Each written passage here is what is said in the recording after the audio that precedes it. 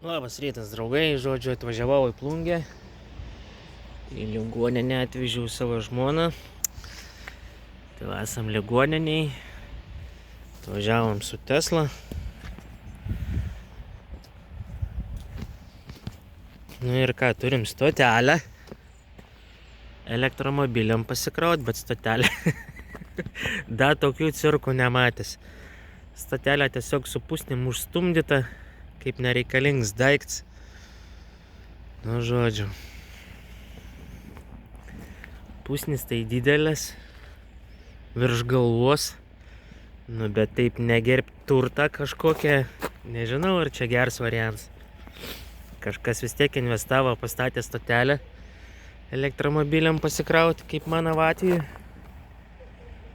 Važiuosim iki miestą, ieškosim kažkur pasikrauti. Nu, žodžiu.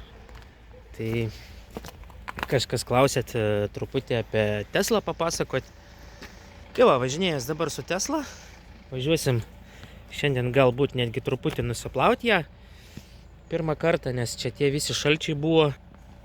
Ačiū Dievui, visi posparniai ištirpo, nes pilnas sniega visą laiką būdavo, trindavos. Tai...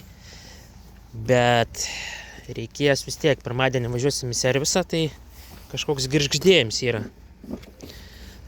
Dabar nelabai gal ir girdis, bet yra girgždėsys toksai. Buvau į servisą nuvažiavęs, sakė, kažkokią gumą reikia pakeisti. Niekad ten sudėtinga nėra. Tai va, nu ką, Teslikė yra viena variklė, kiek žinau, pas manęs gali. Ir 55 liktais kWh baterija. Bet kas liečia galę, žinokit, tai netgi to vieną variklę pilnai užtenka, tai jokių problemų nėra. Tai bagažinę parodom. Bagažinė tokia, elektrinis bagažinės dangtis. Knopkutė yra, paspaudė, atsidaro. Ne, uždarant. Bagažinė tai iš tikrųjų labai didelė. Nežinau, kiek čia tų litrų skaitos, bet tikrai didelė bagažinė. Nebloga. Bagažinė užsidaro pati. Viso. Panoraminis toks yra per visą stogą. Priekinis stiklas kaip prasideda ir kaip pat galą eina. Panorama stiklas. Tuoj įlipsim į vidų, pažiūrėsim. Va. Čia panorama. Ir ten panoraminis tik užtamsins yra. Viena problema tik yra, va čia va įtrūkęs truputį. Bet čia jisai liktai dvigubs yra, aš ne... Kol kas nieks neleidžia nieką, tai matysim, gal ateityje teks ir pakeisti. Toliau, kas liečia Teslas važiavimą, tai sakyčiau, tikrai neblogai važiuoja. Važiuoklė tokia, sakyčiau, gal kaip galėčiau sulyginti sportinę, gal tokią. Nu jau prie asfaltą prikim, tai gerai, jau į posūkius eini, viską, tai neblogai važiuoja. Aišku, kai sportinė, biškai jin tokia ir kietesnė, bet jeigu gerų kelių važiuoja, viskas tvarkoja, bet jeigu jau prastesnis kelias, tiesiog nelakstai taip ir viskas gerai. Dydžio jinai tikrai nebloga yra. Gale vietas irgi ir daug. Odinis salons, šiuolaikinis, toks neblogas, gražus. Sėdynės va kokias irgi odinės, tikrai neblogas tokias. Nesulyginsi su pavyzdžiui, kai ten pasižiūrėjau, ten Citroenas ar dar kažkokius ten paimkim, kad ir tas Volkswagenas. Sėdynės toli gražu iki to, galia būn, kai aš vadinu, vos ne lenta padėta, tu sėdėk tiesiog. Čia tai sėdynės ir labai patogios, įkrenti kai į fotelius tiesiog. Paskui kas dar čia pas mane. Yra čia va toks dalykas, atsidaro. Daiktadėžė gan gili tokia. Aišku, čia šiandien atšilo pirmą dieną, tai viską valysimės, prausimės. Įdomiai užsidaro, paspaudai. Opa, užsidaro. du podelius kavos galima įsidėti. Taip, porankis irgi odinis, patogus labai. Čia rankenėlė yra paspaudus, atsidaro. Ir irgi gan gili daiktadėžė yra. Nežinau, čia kažkokie šiaudeliai nuo kažkurių laikų dar. Tai va, dvi gilias daiktadėžės priekį, labai patogu. Tai va, užsidaro. Važiuoji savo. Važiuoji rankikę padėjęs, atsiprašant. Vairuoji, labai patogu. Tas porankis tai labai patogu, kada mašinuose yra. Čia yra dvi vietos telefonam pasidėti ir krauna. Nežinau, mano telefonas tai yra, matyt, neturi tos funkcijas be laidžio, o žmona čia pasideda, net nežinodama, padėjo, žiūri, krauna. Tai va, žmonai krauna, man nekrauna. Tai belaidis krovimas yra, tik dar neįsiaiškinau, ar yra iš vis kažkur, ar USB jungtis, ar dar kažkas tokio, nes o kaip paprastam pasikrauti telefonui su laidu, pavyzdžiui. Net nežinau. Ai, va čia kažkokios yra dvi jungtikės. Žodžiu. Čia turbūt tos ir bus paprastas krovimas. Ten apšvietimas apačioj. Durelės kaip atsidaro irgi įdomiai. Tai vat paspaudžiat mygtuką. Jos prasiveria ir pastumėt ir viskas. Užsidaro minkštai, taip nėra kaip lenta, ką uždarytum. Ir kada norit atidaryti, sakykim, žiūrėkit, paspausiu mygtuką, biški langas prasiveria iš karto. Prasiveria langas, užsidaro, vėl langas, biški, ten per centimetrą nusileidžia turbūt gal, kad kai prišala dar kažkas, kad neišplėštų tiesiog. Nusileidžia. Aparatūros sistema, čia nebloga yra. Nenoriu per daug garsinti, nes paskui man autorių teisės prisikabins prie muzikos, nes per radiją groja. Kolonėlė, kiek matau, yra per visą priekis. Čia kolonėlė. Durelėse kolonėlė ir dar gale yra kolonėlės. Tai audio sistema, nepasakyčiau, kad pati geriausia, bet tikrai ne iš prasčiausių. Va taip galėčiau pavadinti. Ir kas įdomiausia šitoj mašinai, keletą mygtukų tie yra. Va čia va yra pagrindiniai keli mygtukai. Ir va čia yra šviesai išjungti. Avarinis va yra dar. Čia šviesai tokie va primityvūs mygtukai ir avarinis. Daugiau nei vieną mygtuką nerasit. Ant vairo 2, čia 2. Atidaryti. Irgi tokie automatiniai tie mygtukai va prasidaro. Kas toliau iš dizaino? Dizainas pats, žinokit, toks įdomus tas dizainas yra iš tikrųjų. Čia prieki nėra jokio spidometro. Kaip sakant, spidometras tai yra visas tas. Viskas čia yra viename. Kada važiuoji, va čia va rodo greitį, va čia tose vietose. Čia va kažkur čia rodo. Žemėlapis yra visada veikiantis ir gan neblogas. Toliau visi nustatymai va šitą automobiliuką paspaudė. Ir jau viskas. Valytuvai, šviesos, vairavimas, žibintai, krovimas, autopilotai, užraktai. Žodžiu, čia yra daug visokių navarotų. Kai pirkau tą mašiną, žmogus sakau, kokių čia navarotų yra tai mašinai. Sako, tu geriau pasakyk man, kokių čia nėra navarotų. Tai va, žodžiu, taip kažkaip tai. Žodžiu, viskas valdome yra ekrane. Viskas. Kokias mūsų sąnaudos, aš dabar net nežinau tiksliai, kur čia pažiūrėti. Pažiūrim gal iš eilės, tiesiog. Kas čia? Netyčia paspaudžiau priekinį kapotą, atidariau. Su pirštu tai reikės uždaryti.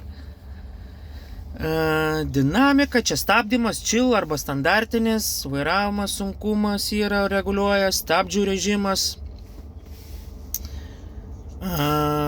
Taip, laikyti. Kada sustoja, jisai laiko. Čia toks režimas. Taip, įkrovimas. Ką mes čia turim 129 km galim nuvažiuoti. Nu, žodžiu, čia kažko ypatingai nėra. Tai autopilotas. Autopilotas yra vieną kartą rankenėlę į apačią paspaudi. Įsijungia autopilotas, jeigu 2 kartus paspaudi, įsijungia automatinis vairavimas, palaikymas tų juostų, nu, žodžiu, tie visi navarotai čia yra. Taip, užraktai čia nežinau, čia dar nelindau, čia nuo vaikų kažkokie langų užraktai, žodžiu, čia tų navarotų, tai ojojoj. Žibintai yra automatiškai, kur ilgas trumpas įsijungia, pačios reguliuojasi. Toliau nežinau, vairo apšvietimas, o netgi toks yra vairo apšvietimas. Nežinau, nemačiau, kad tai būtų, bet turbūt yra kažkas. Autopilotas, užraktai, žibintai, sėdynės, šildomas sėdynės yra, ekrano čia nustatymai, grafikai, kada pasišildytų mašiną, žodžiu, pati iš ryto. Čia sauga, techninė priežiūra, įranga. Yra galima pasiskaityti, kiek apie mašiną. Nuvažiavus mašiną yra 56 000, matot, kilometrų, tai čia praktiškai nauja mašina dar. Navigacija, kažkaip susidėlioti galima keliones, čia pasižiūrėti. Wi-Fi, Bluetooth'as, garsas, papildiniai kažkokie, čia turbūt atsinaujinimai kažkokie. 10 eurų kainuoja, yra ten daug programų, paskui įsijungia navigacija būna su tikrais vaizdais, kur rodo, paskui tie, visi tokie įsijungia ten programėlės, žodžiu, 10 eurų mėnesį kainuoja. Tai va. Toliau kas? Toliau.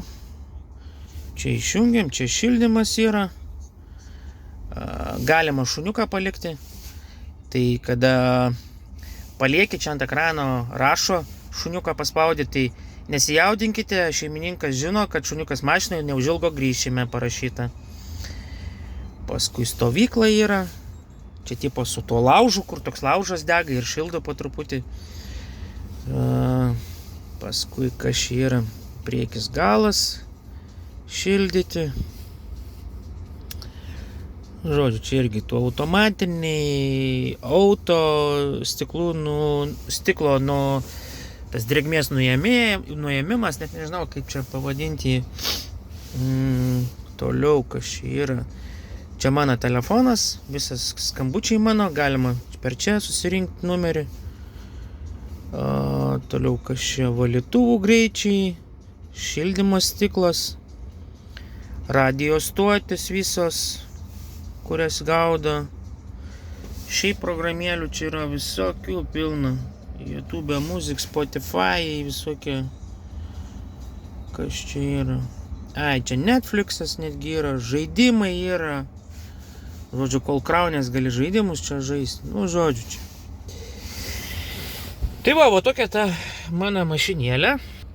Tai žodžiu, po to, kai pravažiuosiu biški daugiau, tai daugiau bus biški video apie Teslą. Kiek nuvažiuoju, čia gal aktualiausia tema, tai nuvažiuoju, žiemą nuvažiuodavau prie minus ten 10, minus 20. Kiek aš dabar galvoju, nuvažiuodavau mes apie 100, 150, 170 gal kilometrų, nu iki 200, daugiau tikrai nenuvažiuoju.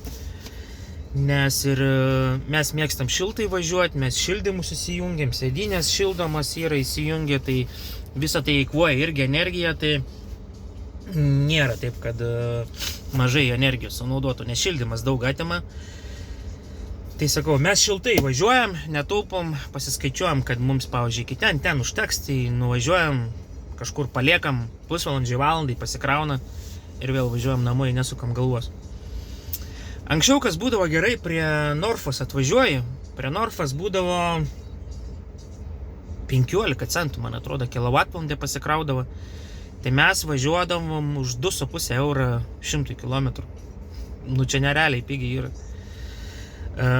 Dabar prie Norfos pasidarė 30 centų, man atrodo, jeigu lėtas tas krovimas, iki 20 kWh.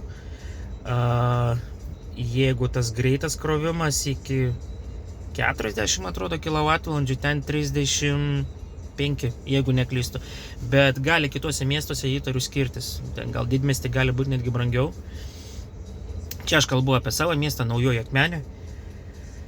Tai bet dabar, nu ką, atsiras va tuoj saulė mums jau kaip ir atsirado. Žiūriu, saulės moduliai šiandien jau kaip ir nutirpė. Akumuliatorius jau įjungiau į darbą, tegu jie jau atsipirkinėja toliau. Nors realiai dabar pagalvojęs, turbūt jau jie atsipirkė man jau. Tai viskas, pradėsim kraut nuo saulės. Šią vasarą visą savo saulės sistemą į sodybą tempsim, ten susidėsim savo saulės modulius, visus inverterius. Tai ten bus daug video, bus kaip montuoju, kaip kokią sistemą, kokią galingumą, kiek akumuliatorių, žodžiu. Video mano kanale dar bus daug. Kam įdomu, būtinai like, nes mano kanale tai visada pamatysite ir apie elektromobilius, ir apie saulės sistemas, vėjo sistemas. Toliau, ką aš darbę dirbu, sakykime, su apdailom, statybom. Tai va tokias pas mane pagrindė temas. Kam įdomu, užsiregistruokit, prisijunkit prie mano kanalą, viskas juk yra nemokamai. Tiesiog kiekvieną kartą įkėlus man video, jūs gausite pranešimą, kad įkeltas naujas video. Tai turbūt tam kartui tiek, papasakojau, kiek nuvažiuoju, o vasarą šeimininkas dar nepabaigiau, sakė, jeigu negazuojant, neraliuojant, sakykim taip, nuvažiuoja iki 400 km. Tai manau tikrai neblogai yra. Tikiu, kad tiek nuvažiuoja, bet čia turi, man atrodo, iki 90 km į valandą važiuoti, kokiam galbūt lygiam kely, negazuojant, o galbūt mieste. Nes kažkaip su elektromobiliais yra įdomiai, kad jie mieste mažiau suvalgo negu kely. Tai palikit komentarą, kažkas gal kažką galit pakomentuoti apie Teslą, gal kažkas turit. Įdomu išgirsti irgi jūsų nuomonės. Tai va, šį sezoną pradedu su Tesla. Tai tiek. Iki visiems.